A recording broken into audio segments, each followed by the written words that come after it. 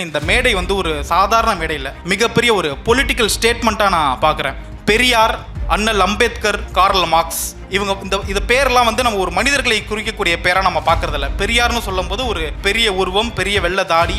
அண்ணல் அம்பேத்கர்னு சொல்லும்போது ஒரு கோட் சூட், கண்ணாடி, கையில் ஒரு புத்தகம் இருக்கோ. இந்த உருவத்தை வந்து குறிக்கிற சொற்கள் இல்லை. பெரியார், அம்பேத்கர், கார்ல் மார்க்ஸ், பேரறிஞர் அண்ணா என்று சொல்வது நம் எண்ணங்களை குறிக்கக்கூடிய வார்த்தைகள், இந்த தாட் ப்ராசஸை குறிக்கக்கூடிய வார்த்தைகள். நான் ஒரு பெரியாரியவாதி, அம்பேத்கர்வாதி, மார்க்சியவாதின்னு சொல்லும்போது என் எண்ணங்கள் தான் உங்களுக்கு தெரியும். எல்லாரோட கையும் படுது, அதனால் அந்த லட்டை நான் சாப்பிட மாட்டேன் அப்படின்னு சொல்லக்கூடியவன் அல்ல.